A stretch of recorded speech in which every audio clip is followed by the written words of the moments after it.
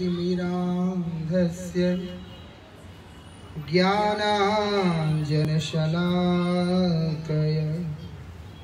चक्षुरुन्मिलितं येन तस्मै श्रीगुरवे नमः। नमः ॐ विष्णुपादाय श्रीगौरप्रियमूर्तये। लेकर धर्म को लेकर के हो गया है। सिनेमा रिलीज होना होता है 2 घंटा पहले जाएगा, नेता आया होता है पहले जाएगा, वो कोई कलाकार आएगा पहले जाएगा। वो जब हरिभजन का बारे में आता है, भगवान का नाम लेने का बारे में आता है, ऐसा झूठ। 6 बजे से हम 5:30 तैयार होके हमारे साथियों को दुखी कर दिया, उनको भी विश्राम नहीं करने दी। बोला उठो जल्दी तैयार हो। बाद में पता चलता नहीं आराम से 7:15 तक निकलेंगे। कहाँ 6 और कहाँ 7:15 और कहाँ पहुंचे 1.5 घंटा विलंब से। और वो लोगों के लिए राइट टाइम है। कैसे चेहरे खिले हुए हैं। ये बड़ा अफसोस की बात है। हरि भजन में हमेशा उत्साही होना चाहिए, हरि कथा में उत्साही होना चाहिए,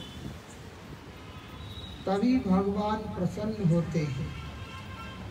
या यूं कहें हमारे जीवन में शांति की अनुभूति भी तभी आता है, नहीं तो हम शांत नहीं रह सकते।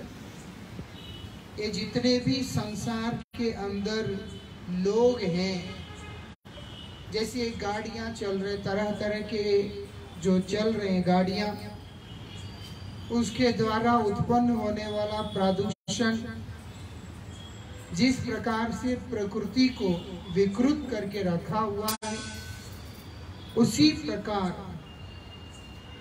जितना भी चेतन तत्व है, मतलब जीव, जितना भी जीव समूह है, अलग अलग प्रकार के शरीर को धारण करके और अपने अपनी अलग अलग विचारधारा को लेकर इस संसार में जो चल रहा है ना, हर व्यक्ति का अपना धर्म है, हर व्यक्ति की अपनी इच्छा है, हर व्यक्ति की अपनी क्रिया है, हर व्यक्ति की अपनी अनुभूति है।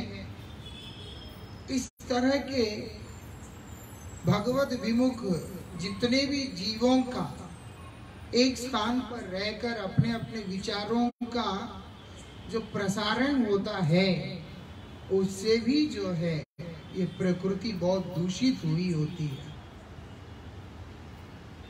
हमारा दिमाग खराब नहीं है, लेकिन अगर 4 आदमी का दिमाग खराब है, उनके बीच में बैठने से अपना भी दिमाग फ्री में खराब होता है कि नहीं? आपका दिमाग ठीक है, लेकिन आपके आसपास रहने वालों का दिमाग ठीक नहीं है। उनके बीच रहते रहते एक समय ऐसा आता है, आपका दिमाग खराब हो जाता है, आपको पता ही नहीं चलता कि कब दिमाग खराब हो गया। ऐसा व्यसन करने वाले के बीच में रहते रहते एक समय ऐसा आता है, आपको पता ही नहीं चलता कि कब आपको उस व्यसन का आदि लग गया। हरि भजन भी ऐसे ही है। भजन करने वालों के बीच में रहते हुए आपको पता नहीं है, एक समय ऐसा आता है आप बोले माला लेके आओ, ऐसा है ना। हमारा एक साथी है, अच्छा मित्र है, बंधु है, मिलने आता था जाता था। हमने कभी नहीं कहा कि तुम भी भजन करो, फिर वो बात करता था। वो कीर्तनों में आना जाना सब करता है। और एक दिन खुद ही उठ के सामने से आया और कहता है कि आप तो कभी मुझे भजन करने के लिए बोलते नहीं, क्यों? वो खुद ही पूछता है सामने, बोलता है आप मुझे माला करना है, और कर भी रहा, तिलक भी करता है, माला भी करता है। ऐसे कई हैं, हमने देखा ऐसे। ये दुनिया का जो रंग है वो ना चाहते हुए भी अपना प्रभाव हमारे ऊपर डालता है। शास्त्र में बताया, दुर्लभम मानुषम जन्मम देहिनाम क्षणभंगुरम, ये मनुष्य जन्म अत्यंत दुर्लभ है, और वो भी पानी की बुलबुले की तरह, जितना देर रहेगा किसी को पता। इसलिए बोले वो तो दुर्लभ है ही है, उससे दुर्लभ क्या है? वैकुंठ प्रिय दर्शनम। वैकुंठ कौन है? भगवान। वैकुंठ प्रिय कौन है? भगवान के भक्त। भक्त का मिलना और भी मुश्किल है। शास्त्र बताते भक्त मतलब लाल कपड़ा, पीला कपड़ा, नीला कपड़ा, या मुंडन किया, जटा बढ़ाया, ये सब नहीं। भक्त मतलब कौन है? भगवान में भक्तिमान, भगवान पे विश्वास रखने वाला, भगवान में प्रेम रखने वाला, भगवान पे भरोसा रख के जीने वाला लोग ये संसार में मिलना बहुत मुश्किल है। और ऐसे लोग जहां नहीं हैं, बाकी जितने भी लोग हैं उन सबसे केवल नेगेटिव एनर्जी ही आता रहता है। उनसे निकलने वाला जो ऊर्जा है वो नकारात्मक होता है। और ऐसे लोगों के बीच में रह के एक समय ऐसा आता है कि अपना दिमाग खराब हो जाता है। ऐसे शास्त्र बोलते भगवान के प्रति जिसका समर्पण भक्ति नहीं, उसमें कोई अच्छा गुण होने की संभावना ही नहीं, उसमें सारे दुर्गुण ही होते। जिसका अंदर दुर्गुण है वो उसका प्रभाव डालेगा ही डालेगा। अब आप देखो ना, एक तरफ सेंट है और एक तरफ जो है सड़ा हुआ कचरा है। वो जो सुगंध है वो भी आता है, इसका दुर्गंध है ये भी आता है ना? जो चीज है वो आएगा ही आएगा। और क्योंकि भजन नहीं करने के कारण सिर्फ दुर्गंध ही भरा हुआ पड़ा है, मन में भी, बुद्धि में भी, हर जगह पे उसका प्रभाव हमारे ऊपर पड़ता है। पढ़ने से क्या होता है? जीवन में अशांति शुरू हो जाता है। इसलिए आप देखो, कोई अपनी जिंदगी में सुखी नहीं है,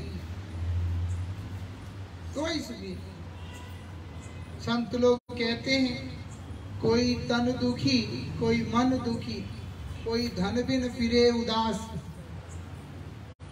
कोई शरीर से दुखी है, कोई मन से दुखी है, कोई ऐसा है कि उसके पास धन नहीं है इसलिए वो उदास घूम रहा होता।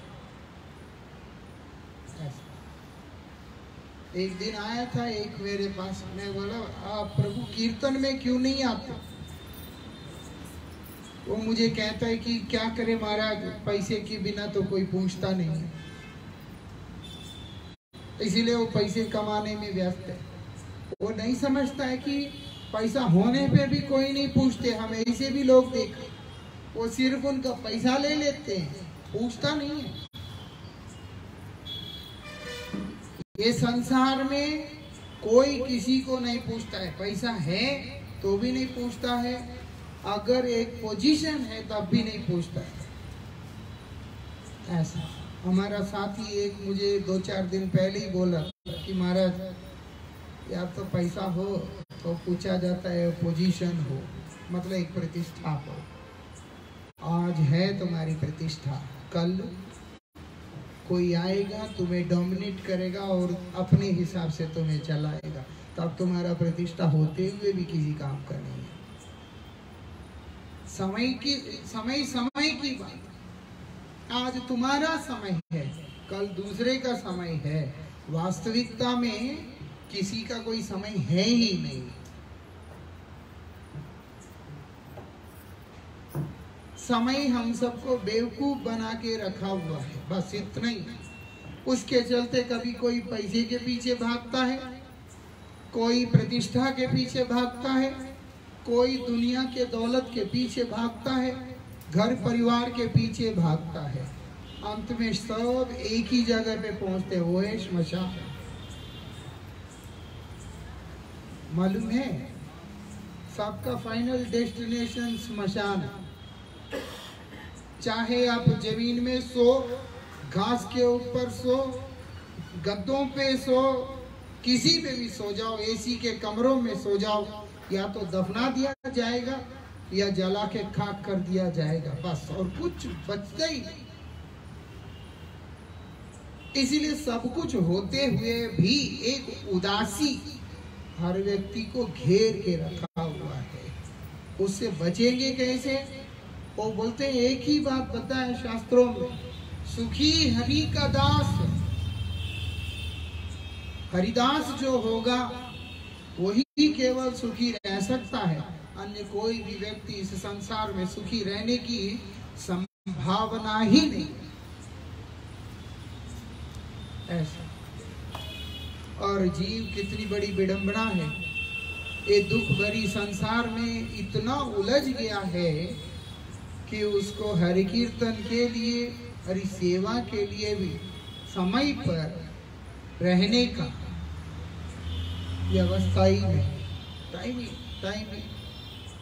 चलो इधर तो थोड़े उम्र के लोग दिखाई दे रहे, समझ में आता है, घर गृहस्थी का काम होता है, चलो समझ में आता है। अभी हमने देखा मुंबई में 5वीं 6वीं पढ़ने वाले जो बच्चे हैं, 7वीं पढ़ने वाले बच्चे, वो लोगों के पास भी टाइम है, बोलते बिल्कुल टाइम नहीं। जो 5वीं पढ़ रहा है, जो 7वीं पढ़ रहा है, उसके पास आज के दिन समय नहीं है। कल को वो आगे आगे पढ़ाई करेगा तो किसके लिए समय होगा? जिंदगी बर्बाद है, बर्बाद है जिंदगी। ऐसा शास्त्र बोलते हैं, इस बर्बादी से खुद को बचाना है। क्या करना होगा? बोलते हरिभजन करना होगा। बोलते तूर्णम, अरे भैया तुमको बहुत मुश्किल से ये दुर्लभ मनुष्य शरीर मिला, जिंदगी में तुम कितना भी व्यस्त क्यों ना हो, वो बोलते जो श्वास अंदर गया, जिसका भरोसा नहीं बाहर आने का, अगर मान लो बाहर नहीं आया और बाहर आया सांस अगर दोबारा अंदर नहीं गया, मान लो, तो उसके बाद तुम दुनिया में जितना भी आज तक व्यस्त हो, सारी व्यस्तता का फुल स्टॉप वहीं पे लग जाएगा। इसीलिए तुम करना क्या है? तुमको भगवान ने कृपा करके पशु नहीं बनाया, भगवान ने कृपा करके मनुष्य बनाया, और वो भी इतनी दुर्लभ मनुष्य जीवन तुमको प्रदान किया। इसलिए करना क्या? बोलते तुरंत भागो। कहाँ भागना है? बोलते सत्संग में भागो। सत्संग प्राप्यते पुंभी सुकृतै पूर्व संचितै। पूर्व संचित सुकृतियों के प्रभाव से सत्संग मिल रहा है। आपको लग सकता है कि हमारे पास थोड़ा टाइम था, हम इसीलिए आके यहाँ बैठे हैं, लेकिन ये सच नहीं है। टाइम तो बहुत लोगों के पास होता है, वो जाके टीवी के आगे बैठता है ना, सिनेमा हॉल में बैठता है, होटल में बैठता है, दोस्तों के साथ बैठता है। हम क्यों इधर बैठे हैं? शास्त्र बोलते हैं सुकृतई पूर्व संचितई। तुम्हें नहीं पता, पूर्व संग्रहित जितने भी सुकृतियां हैं, उनका परिणाम स्वरूप आज हम लोग यहाँ पर बैठे हैं। हमारे गुरुजी अक्सर बोला करते थे, शहर में कितने लोग होते हैं और उनमें से कितने लोगों को सत्संग में रुचि होता है। पैसा लेके धर्म बदलने वाले, किसी मतलब लेके धर्म बदलने वाले बहुत मिल जाते हैं। उनका धर्म बदलना नहीं बदलना है ना, किसी चीज का कोई सिर पैर नहीं उनका। कल को कोई और बोलेगा कि तुम्हें इससे ये लाभ होगा, हम देंगे, तो वो उसको छोड़ के उधर चला जाए। सीधी सी बात है। लेकिन ये तो भाग्य की बात होता है सत्संग। इसलिए बोले वो भाग्य उदय कैसे होता है? वो बोलते पूर्व संचित पूर्व मतलब लोग सोचते पिछले जन्म ना, पिछले पल तक के हमारे संचित जो सुकृत उसका परिणाम स्वरूप सत्संग मिलता है। इसीलिए हमेशा पहले बोलते थे कि अच्छे कर्म करना। ऐसा महाभारत में भी वर्णन है, हम तो गौशाला में हैं, इसीलिए महाभारत में इसका वर्णन आता है। गौ माता को रोज गावो सर्व सुखप्रद, गौ माता तमाम सुख प्रदान करने वाली। किसकी? वो बोलते सर्वभूतेषु, जितने भी जीव समूह हैं, जितने भी प्राणी हैं, उन सबको सुख देने वाली। और कौन? मातरम, वो माँ है।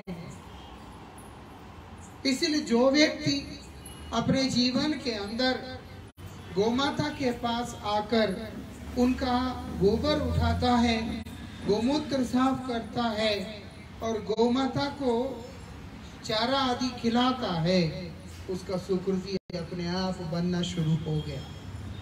वो गोविंद का इतना प्रिय होता है कि गोविंद उसके ऊपर कृपा करते हुए संत के रूप में उसके जीवन में आकर उसको अपने पास आने की पूरी व्यवस्था बना देते। ऐसा तुलसी मैया की सेवा करेगा जो व्यक्ति, रोज तुलसी मैया को जल अर्पण करेगा, परिक्रमा करेगा, उनका स्पर्श करेगा, भगवान का कृपा का पात्र बन जाएगा। सुकृतियां इस तरह के कर्मों से आता है, इस तरह के कर्मों से सुकृतियां आती। जान के अथवा अनजान के जो भगवान के प्रिय हैं, उनके सेवा अगर हमने कर दिया तो वो हमारा सुकृति का कारण बन जाता है और उसी के प्रभाव से सत्संग मिलता है। कोई मंदिर नहीं जाना चाहेगा, गौशाला नहीं जाना चाहेगा, घर में तुलसी का पौधा रखना नहीं चाहेगा। ऐसा भी देखा, भी जालंधर में हुआ, किसी के घर में बहुत सारे तुलसी मैया के पौधे थे, तो वो माता भजन करती है, घर वाले पता नहीं किसको मानते, कोई ऐसे टोटके वोटके करने वाले होते हैं, उस तरह के लोगों को मानते। उसने छूटते कहा, तुम्हारा घर का क्लेश जो है, घर में वो जो पौधा रखा उसी कारण से हुआ, ये सब उठा के बाहर फेंक दो पहले। वो माता कुछ कर नहीं पाई, घर वाले बोलते बाहर निकालो, इसी के कारण मुसीबत है। वो निकालना पड़ा, ले जाके मंदिर में रखना पड़ा। कौन सा क्लेश शेष हुआ?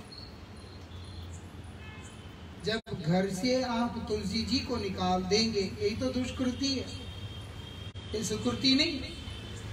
गौ माता को पशु की तरह देखेंगे तो यही तो दुष्कृति है।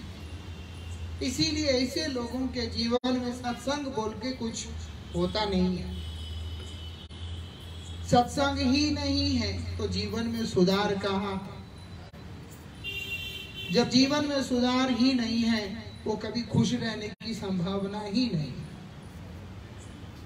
ऐसा एक संत से पूछा, आपके देश में सबसे अच्छा दूध किसका है, कौन से पशु का है? वो बोलते भैंस का। हम तो सुना गाय का दूध सबसे अच्छा है। वो बोलते हैं गाय लेकिन हमारे यहाँ पशु नहीं मानी जाती है। आपने पूछा कौन से पशु का दूध सबसे अच्छा है, इसीलिए बोला भैंस का। गाय तो माँ है, जो माता के दूध नहीं आता है उसके बच्चे के लिए भी जो है गाय का दूध बहुत उत्तम माना जाता है, ऐसा, क्योंकि माँ है। ऐसा जब व्यक्ति जान के अनजान के इस तरह की सेवाओं में लगा रहता है, तभी उसका मंगल होता है। नहीं है तो ये दुनिया के जितनी भी ऊर्जा है, नकारात्मक ऊर्जा, वो हमारा बुद्धि भ्रष्ट कर देगा। वो हमें कभी शांति से जीने देगा नहीं। हम सोचते रह जाएंगे कि मेरे अंदर तो ऐसे कुत्सित विचार तो है नहीं, मेरे अंदर तो ऐसे मलिन विचार तो है नहीं, लेकिन आया कहां से? क्योंकि तुम्हारे आसपास सब वही गंध। उससे हमें बाहर निकलना है। कृष्ण मतलब क्या है? कृष्ण मतलब आनंद। कृष्ण मतलब क्या है? कृष्ण मतलब प्रेम। कृष्ण मतलब सद्भावना। इसीलिए जहां कृष्ण है वहां ईर्ष्या के लिए जगह नहीं है। जहां कृष्ण है वहां द्वेष के लिए जगह नहीं है। जहां कृष्ण है वहां वासना के लिए जगह नहीं है।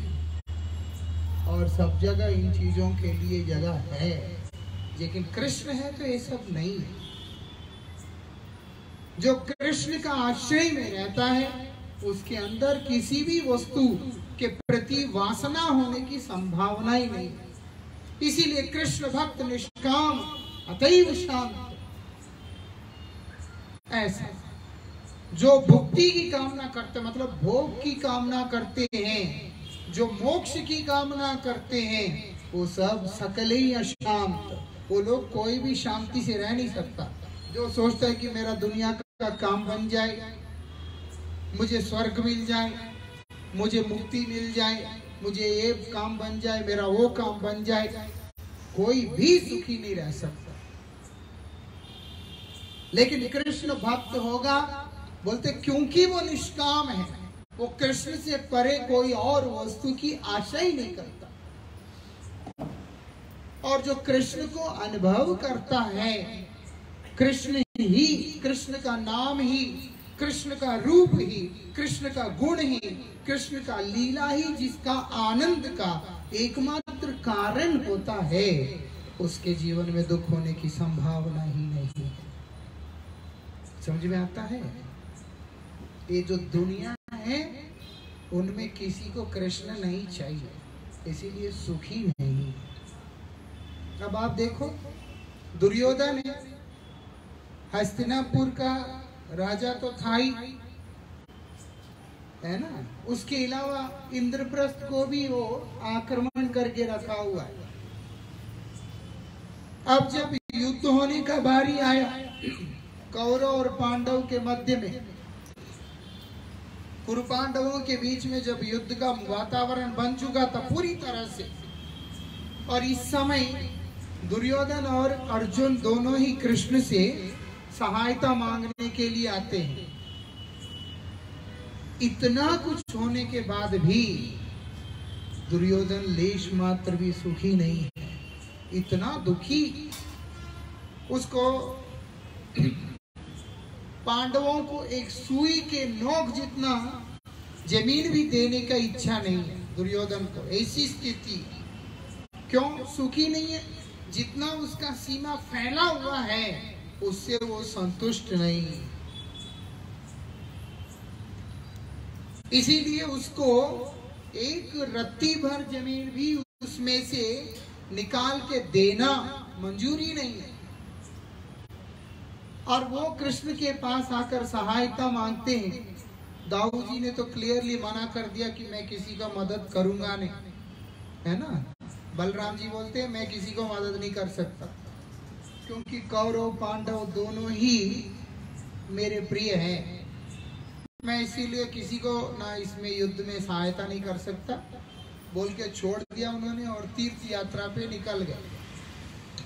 विदुर जी भी तीर्थ यात्रा पे निकल गए। विदुर जी युद्ध के समय में वहां नहीं थे, ऐसा टीवी सीरियल में दिखाते हैं कि वो उधर है, लेकिन सच तो ये है विदुर जी भी नहीं थे। हटो, मैंने नहीं रहना है। बाद में आए, वापस आके देखा सब खत्म हो गया, युधिष्ठिर राजा बन गया। फिर उसके बाद देखा कि भीमसेन किस प्रकार से धृतराष्ट्र के साथ व्यवहार करता है। तब आके क्या करते, धृतराष्ट्र को गालियां देते और अपने साथ वन में लेके चले जाते। वो रहते नहीं है उधर, और ना कभी महल में रहे, झोंपड़ी में रहते थे। हस्तिनापुर से तनख्वाह नहीं लेते थे, इसीलिए वो हस्तिनापुर के जो राजतंत्र है उसके अधीन नहीं थे। उदास जरूर थे क्योंकि अनुज पुत्र हैं, लेकिन वो हस्तिनापुर में होने वाले जो भी परिणाम हैं उसके प्रभाव में कभी नहीं थे। ये समझने वाली बात है। हम लोग पाप कर्म करते हैं, पापियों के बीच में रहते हैं और पाप का भोजन करते हैं, इसीलिए पाप कर्मों का परिणाम को भी भोगना पड़ता है। वो महापुरुष लोग उसमें है नहीं, इसलिए उनके ऊपर इन चीजों का प्रभाव नहीं है। वो तो चले गए, बलदेव जी भी चले गए, कृष्ण कैसे जाएंगे? धर्म संस्थापनार्थाय संभवामि युगे युगे, धर्म की स्थापना करने के लिए कृष्ण को तो रहना ही। अब कृष्ण लीला करके दिखा रहे हैं, एक तरफ मैं रहूंगा क्योंकि दोनों ही मेरे हैं, इसीलिए मैं रहूंगा जरूर, लेकिन मैं अस्त्र धारणी नहीं करूंगा। क्योंकि अस्त्र उठाया तो दूसरा मेरा प्रतिद्वंद्वी हो गया, इस कारण से मैं अस्त्र धारणी नहीं करूंगा, उठाऊंगा ही नहीं हथियार। दूसरे तरफ मेरी चित्रांगिनी जो नारायणी सेना वो सब रहेगा। अब तुम लोग चुन लो किसको क्या चाहिए। इतना कुछ होने के बाद भी दुर्योधन का मन इतना चंचल और विचलित था कि दुर्योधन विचार ही नहीं कर पाया कि मेरा लाभ किसमें है। वो क्या किया, सेना मांग लिया, ठीक है आप मुझे सेना दे दो। अर्जुन, अरे हस्तिन इंद्रप्रस्थ भी नहीं उनके पास, कोई अपना राज्य बोल के कुछ है ही नहीं। यहाँ तक 5 गांव मांगा था वो भी दिया नहीं, तो एक गांव भी नहीं उनके नाम पे। और लेकिन अर्जुन तब भी बड़े ही धीर होकर क्या मांग रहे हैं कि नाथ आप ही हमारे साथ में रहना, कुछ नहीं चाहिए, कुछ भी नहीं चाहिए। हे कृष्ण, आप जीवन में रहोगे, मुझे और क्या चाहिए होगा, कुछ भी नहीं चाहिए। बोलते मैं तो अस्त्र धारण नहीं करूंगा। बोलते आप कुछ भी धारण मत करो, सिर्फ आप मेरे रथ के सारथी बनकर मेरे जीवन को अपने हाथ में लेकर के रखो नाथ, मुझे और कुछ चाहिए ही नहीं। आप देखो, युद्ध संपूर्ण होने से पहले ही, युद्ध खत्म नहीं हुआ था, इसके पहले ही संजय ने धृतराष्ट्र को बोल दिया था कि जीतने वाले पांडव ही हैं। सीरियल में दिखा था ना, पहले पूरा भगवत गीता सुना दिया, उसके बाद जाकर युद्ध होता है। लेकिन ना, संजय जो है पितामह का सारथी बनकर ये रणभूमि में जाते हैं। जब 10वें दिन भीष्म पितामह शरशैया पे लेट जाते हैं, बाणों की शैया पे, तब संजय वापस लौट के आता, क्योंकि रथ तो रिक्त हो गया, इसलिए वापस लौट के आते हैं। जब संजय को देखा तब धृतराष्ट्र को आश्चर्य होता है। तब धृतराष्ट्र पूछते हैं, धर्म क्षेत्रे कुरुक्षेत्रे समवेता युयुत्सव, हे संजय मामका पांडवश्चैव किम अकुर्वत, क्या किया उन लोगों ने? तब वो इस बात को बता रहे हैं। ऐसा वो कुरुक्षेत्र में जाके पितामह के साथ कृष्णार्जुन संवाद को वहां से देख रहे हैं, सारी चीजों को सुन रहे हैं और फिर आके धृतराष्ट्र को बता रहे हैं। भगवान ने जो बोलना था बोल दिया था, और संजय वहां का परिस्थिति को देखकर अपना मत स्पष्ट शब्दों में दे दिया कि जहां पर कृष्ण है, योगेश्वर है, जहां अर्जुन है धनुर्धारी, वहां पर निश्चित रूप से विजय है। क्या लिया था अर्जुन कृष्ण से मांग के? क्या वस्तु मांगा था? जीतने के लिए कोई अस्त्र मांगा था, कोई शस्त्र मांगा था? कुछ भी नहीं मांगा था। सिर्फ यही बोला कि नाथ आप मेरे रथ का सारथी बन करके मुझे चलाए। बस अपने जीवन का डोर जिसने गोविंद के हाथ में सौंप दिया है उसका जीवन सबसे उत्तम चलता है। बस ये बात को स्मरण रखिएगा, अपने जिंदगी का डोर गोविंद के हाथ में देना है। हम क्या करते हैं, ये बोलता है कि मैं तेरे लिए अच्छा कर दूंगा, इसके हाथ में दे देते। वो जो है जैसे कुत्ते को लेके घूमते, थोड़े टाइम अपने पीछे घुमाता है, बाद में जब वो बोर होता है लात मार देता है। दूसरा बोलता है कोई बात नहीं, एक बिस्किट ये फेंकता है। तो फिर हम वहां जाते हैं, फिर उधर से लात पड़ता है, दूसरे जगह जाते हैं। एक बार में आके गोविंद के शरण में आके बैठ जाए। हमारे पूर्व आचार्य कहते हैं, श्री सच्चिदानंद भक्ति विनोद ठाकुर जी महाराज बहुत महान संत रहे हैं। आज से 150 वर्ष पूर्व ब्रिटिश के जमाने में बहुत ही उच्च पद पे थे, मजिस्ट्रेट के पद पे थे। अंग्रेजों के टाइम पे इतना 100 से अधिक ग्रंथों को लिखा उन्होंने, बहुत पढ़े लिखे हैं। और उनके यहाँ पर जिस महापुरुष अवतार ग्रहण किए हैं, जगत गुरु ओम विष्णुपाद श्रील भक्ति सिद्धांत सरस्वती गोस्वामी ठाकुर प्रभुपाद जिनका नाम है, उन्होंने संपूर्ण विश्व के अंदर इस हरिनाम का गूंज चारों कोनों में पहुंचा दिया। उन्होंने जो श्रील भक्ति विनोद ठाकुर जी महाराज क्या बताते, भगवान के आगे बैठकर सर्वस्व तुम्हार चरणे सौंपिया, हे नाथ पड़े छी तुम्हार घोरे। मैं अपनी विचारों को, अपने कल्पनाओं को, अपनी चाहतों को, हर एक वस्तु को हे नाथ छोड़कर सबको छोड़ दिया। क्या किया, पड़े छी तुम्हार घोरे, बोलते मैं सब छोड़कर आपके द्वार पर आके बैठा हुआ हूं। आज सब छोड़ के मैं आके आपके द्वार पे बैठा हुआ हूं। हम सब लेके बैठते हैं, इसीलिए आके प्रणाम भी करते हैं, अगरबत्ती घुमाते हैं, दीप भी दिखाते हैं, गौ माता को भोजन भी देते हैं। मन में रहता है नौकरी मेरा अच्छा हो जाए, मेरे घर परिवार अच्छा हो जाए। तुम्हारे मरने के बाद कौन सा घर, कौन सा क्या है, कुछ भी नहीं। जिंदगी में कोई कौन किसका, मरना अंतिम सत्य है। आदमी अमीर हो सकता है, नहीं हो सकता, बुढ़ा हो सकता है, नहीं हो सकता है ना, बीमार हो सकता है, नहीं हो सकता है, कुछ भी हो सकता है, लेकिन मौत को कौन टाल लेगा। ऐसा मृत्युंजयी कौन आया है आज तक? As sure as death, मृत्यु अवश्यम भावी है, आके ही रहेगा। और आने के बाद क्या बचा है, सब खत्म।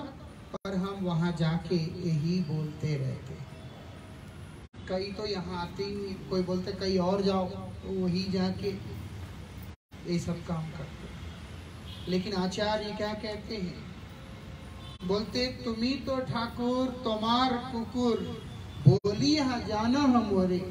बोलते आप तो भगवान है नाथ, और मैं कौन हूँ, वो अपना परिचय दे रहे हैं, मैं आपका कुत्ता हूँ। तुम्हार कुकुर मतलब है मैं कुत्ता हूँ, किसका, भगवान। यही समझकर आप मुझे अपने चरणों में रख लीजिएगा, ऐसे बोल रहे हैं।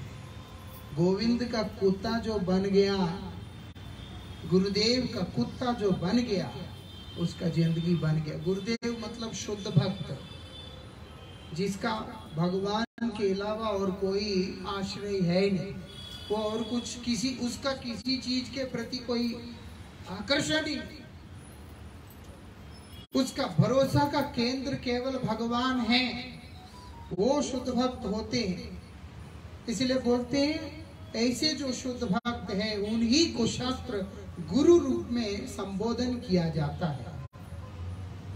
ऐसा कोई भी मुंह उठाकर ऐसे बनता नहीं, उसके लिए भक्ति होना जरूरी है। भक्ति होना जरूरी। ऐसी भक्ति एकांतिक भक्ति खिचड़ी नहीं है। वो किसी का अपमान भी नहीं करता है और उसकी शरणागति भगवान से रत्ती भर भी हिलता नहीं है। वो नहीं सोचेगा अगर मैंने नवरात्रि नहीं किया तो माता नाराज हो जाएगी, मैं शिवरात्रि नहीं किया तो शिव नाराज हो जाएंगे, या कुछ और नहीं किया तो वो नाराज हो जाएगा, सबको बना के चलो। ऐसा बना के चलने का धंधा यहाँ है। परमार्थिक जगत में भगवान से ऊपर कोई नहीं है और उस भगवान तक हमें पहुंचाने का जो काम होता है वो भक्तों का होता है। इसीलिए हम भी पूजा करते हैं शिव का, लेकिन जैसे भागवत में बताया ऐसे करते हैं। वैष्णवानाम यथा शंभु, गोपेश्वर महादेव के रूप में, चक्रेश्वर महादेव के रूप में, गोकर्णेश्वर के रूप में, भूतेश्वर के रूप में, और उसके बाद लिंगराज के रूप में, ऐसे ऐसे रूपों में उनकी पूजा किया जाता है। ऐसा लेकिन अपना जीवन का डोर किसको दिया जाता है? बोलते गोविंद को। मैं आपका कुत्ता, मैं हिलूंगा नहीं। जो देना है आप मुझे बांध करके यहाँ रखे, जो कृपा देना है वही दीजिए नाथ, मेरा वही मेरे लिए पर्याप्त है, मुझे और कुछ चाहिए ही नहीं। तब देखना जिंदगी कैसा होता है, तब देखना जीवन का रूप किस प्रकार से होता है। खुद को दुनिया को देना नहीं, दुनिया व्यवहार के लिए होता है, अनुराग के लिए नहीं होता। अनुराग के लिए गोविंद होते हैं, ये याद रखना। समझ आता है? प्रेम गोविंद से करना।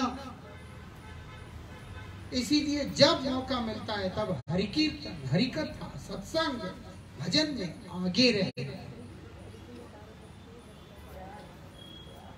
बस जीवन किनारा लग जाएगा। जैसे अर्जुन केवल कृष्ण पे भरोसा करके उस इतने बड़े युद्ध क्षेत्र में उतर गए, अस्त्रहीन होकर के भगवान खड़े हैं, लेकिन भरोसा कितना है? कितना भरोसा है? व्यास जी महाराज उनके बारे में बोलते हैं, क्या बोलते हैं? कि बोलते हैं रणभूमि एक नदी है, जो कुरुक्षेत्र का युद्ध भूमि एक नदी है और उसका स्रोत जो है वो क्या है? कृपाचार्य की तरह। उसके दोनों तट, एक द्रोणाचार्य है, एक भीष्म पितामह है, और उसके बाद उसके अंदर दुर्योधन वगैरह कौन है? ऐसे ऐसे करके घूमने वाले जो बवंडर होते हैं, है ना, पानी में ऐसे ऐसे होता है। और बड़े बड़े जितने भी हैं, दुशासन, कर्ण, और उसके बाद जयद्रथ, ये सब कौन है? उस नदी के अंदर घूमने वाले भयंकर जलचर पशु की तरह। ऐसा नदी जिसको पार करने के लिए सोच के डर लगता है। मालूम है, नदी का करंट जब तेज रहता है उसमें उतरने के लिए आदमी को डर लगता है, बहुत डर लगता है उसमें कैसे उतरे। यहाँ तो किनारा भी डरावना है, किनारा भी डरावना है, जल भी डरावना है, जल का गति भी डरावना है, और उसके अंदर रहने वाले जलचर जीव भी बहुत डरावने हैं। लेकिन पांडव इतनी भयंकर नदी को भी, जैसे गाय का जो बछड़ा है एक छोटे से नाले को कैसे पार करता है ना, गाय का बछड़ा का कितना खुर होता है, इतना छोटा सा खुर होते हैं, है ना, बहुत सुंदर होता है एक तो बछड़ा, और खुर भी बड़े छोटे छोटे होते हैं। और बोलते जैसे एक बछड़ा जिस प्रकार से एक छोटी सी नाली को अनायास पार कर लेता है, ऐसे कृष्ण के रहने के कारण पांडव भी वो रण नाम का जो नदी है, वो युद्ध नाम की जो नदी है, उसको बड़े आसानी से पार कर गए हैं करके व्यास जी महाराज बतला रहे।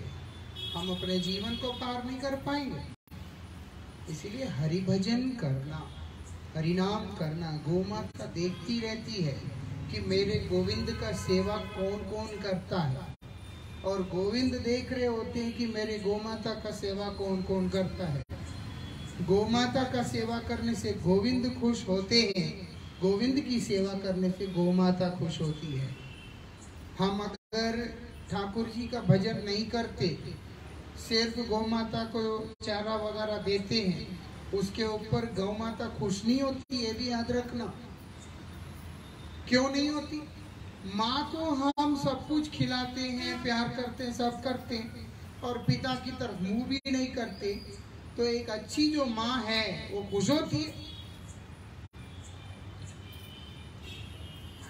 जो माँ बोले कोई बात नहीं, मुझे तो तू देख रहा है, ऐसे बोलेगी, वो तो अच्छी माँ हो ही नहीं सकती। वो देखती है तो पिता का सम्मान ही नहीं करता है, तो पिता को प्रणाम ही नहीं करता, पिता का बात ही नहीं मानता है।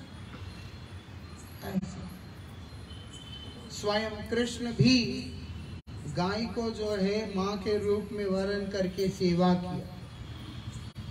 इसीलिए ब्रज के अंदर कृष्ण ने कभी पादुका धारण नहीं किया, क्योंकि गौ माता है, वो नहीं पहनती है, मैं कैसे पहनूंगा।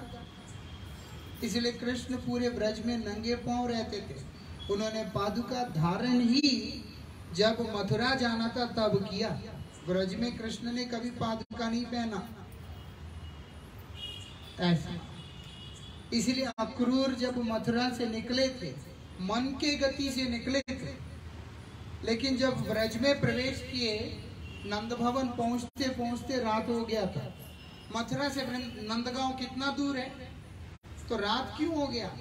जैसे ही ब्रज में प्रवेश करते हैं, जगह जगह पर श्री कृष्ण के चरण चिन्हों को देख रहे हैं। उनको देखने के साथ रथ से उतरकर एक एक चरण चिन्ह को हाथ लगाकर लोटपोट करते हुए जा रहे थे, क्योंकि कृष्ण ने कभी ब्रज में पादुका पहना ही नहीं। कारण क्या है? क्योंकि गौ माता जो है वो तो कभी पहना नहीं। माँ मानकर सेवा किया उन्होंने, गोपालन किया, गो सेवा की। यहाँ तक बताया गाय मेरे आगे है, गाय मेरे पीछे, गाय मेरे अगल में, गाय मेरे बगल में। यहाँ तक मैं आपको बताऊं तो गवा मध्य वसाम्यहम्, मेरा नित्य निवास स्थान गौलोक जो है, वहां पर मैं नित्य गोमाता करेंगे और मैं गोमाता के बीच में रहता हूँ। गवा मध्य वसाम्यहम्, ये जहाँ पर गोमाता है हमें दिख नहीं रहा, लेकिन गोविंद यहाँ पर है। जो व्यक्ति गोमाता को प्रणाम करेगा, प्रणाम करते हुए गोमाता को गोविंद का नाम सुनाता जाएगा, गोमाता का कृपा से उसका गोविंद के चरणों में अनुराग होगा। और जो व्यक्ति गोविंद के पास आकर भक्त का गुणगान करेगा, भक्त कौन है? गोमाता भक्त है, वृंदा देवी भक्त है, वैष्णव भक्त है, और उसके बाद भगवान का धाम भक्त है। भगवान के आगे आकर कोई व्यक्ति भगवान के धाम की महिमा को वर्णन करेगा, भगवान खुश होते हैं। भगवान के पास आके कोई भगवान के भक्तों का गुणगान करेगा तो भगवान खुश होते हैं। भगवान के पास आके कोई वृंदा देवी का महिमा कीर्तन करेगा, भगवान खुश होते हैं। भगवान के पास आके कोई गोमाता का कीर्तन करेगा, भगवान खुश होते हैं। इसलिए भगवान को खुश करने के लिए इंद्र भी सुरभि गाय को लेकर के आगे आए हैं। जब इंद्र से गड़बड़ हो गया था, इंद्र को डर हो गया, क्या करें अब, कैसे मनाएं भगवान को, तो सुरभि गाय को वहां से लेके आए, लाके गोमाता को आगे रखा और पीछे इंद्र खड़े हैं। खुद इंद्र आगे होके गाय को लेके नहीं आया, गौ माता को आगे रखा कि कृष्ण पहले गौ माता को देखे, और पीछे इंद्र खड़ा है, और स्वर्ग गंगा से ऐरावत से उन्होंने क्या किया, स्वर्ग गंगा को लेके आया, और ऐरावत अपने 5 सूंडों से भर के लाया हुआ जल से भगवान का अभिषेक करके उस स्थान को गोविंद कुंड बना दिया। गिरिराज जी में है वो अभी। गोमाता को देखने से कृष्ण इतना प्रसन्न होते, क्योंकि वो भगवान की प्रिय भक्त हैं। भक्तों का सेवा करें, भगवान पे भरोसा करें, दुनिया के चक्कर में नहीं पड़ना। दुनिया व्यवहार के लिए होता है, भगवान अनुराग के लिए होता है। जो भगवान से प्यार करेगा, जो भगवान के भक्तों से प्यार करेगा, उनका सेवा करेगा, उसी का बेड़ा पार है। बाकी जितने भी व्यक्ति हैं, उन लोगों का सबका जीवन सर्वनाश ही है। वृंदावन विहारी लाल की। हरिभजन करना, हरिनाम करना, है ना, महामंत्र कीर्तन हमेशा करना बहुत अच्छा होगा। और सत्संग में हमेशा टाइम पे जाना। मैं ही नहीं, कोई और होगा, लेकिन सत्संग में हमेशा समय पे जाना।